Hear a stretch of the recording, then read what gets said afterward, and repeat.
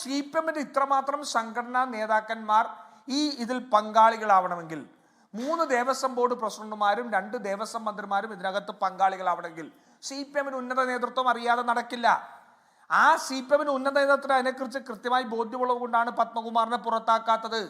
ഒരു സംശയവും വേണ്ട. പിന്നെ കടകംപള്ളി സുരേന്ദ്രനെ വെറുതെ പോയപ്പോൾ മൊഴി കൊടുത്തതാണോ? അല്ല. കടകംപള്ളി സുരേന്ദ്രനെതിരെ പത്മകുമാറിന്റെ മൊഴിയുണ്ട്. ഈ ഉണ്ണികൃഷ്ണൻ പോറ്റിയെ തങ്ങൾക്ക് പരിചയപ്പെടുത്തി തന്നത്, ഞങ്ങളോട് ഇൻട്രൊഡ്യൂസ് ചെയ്തത് കടകംപള്ളി സുരേന്ദ്രനാണ് എന്നുള്ള മൊഴിയുണ്ട്.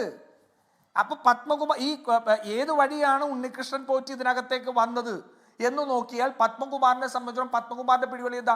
ഞാനല്ല ഇയാളെ കൊണ്ടുവന്നത്, കടകംപള്ളി സുരേന്ദ്രനാണ്. കടകംപള്ളി സുരേന്ദ്രനെ എന്തുകൊണ്ട് ചോദ്യം ചെയ്തില്ല എന്നുള്ളത് ഈ മൊഴിയുടെ പശ്ചാത്തലത്തിലാണ് നമ്മൾ ചോദിച്ചുകൊണ്ടിരുന്നത്. ഇല്ലേ? അത് കുറെ നാൾ തെരഞ്ഞെടുപ്പ് കൊണ്ട് ചോദ്യം ചെയ്യാതിരുന്നു. എന്തോ അങ്ങനെ കുറെ നാൾ ചോദ്യം ചെയ്യാതിരുന്നു. അതിനുശേഷം തെരഞ്ഞെടുപ്പ് കഴിഞ്ഞപ്പോൾ ചോദ്യം ചെയ്തു.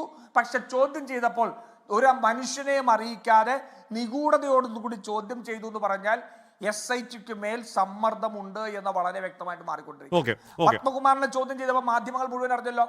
പത്മകുമാറിനെ ചോദ്യം ചെയ്ത അറിഞ്ഞ മാധ്യമങ്ങൾ എന്തുകൊണ്ട് അതിനേക്കാൾ പ്രധാനിയായ കടകംപള്ളി സുരേന്ദ്രനെ ചോദ്യം ചെയ്തപ്പോൾ അറിഞ്ഞില്ല എന്നുള്ളതാണ്.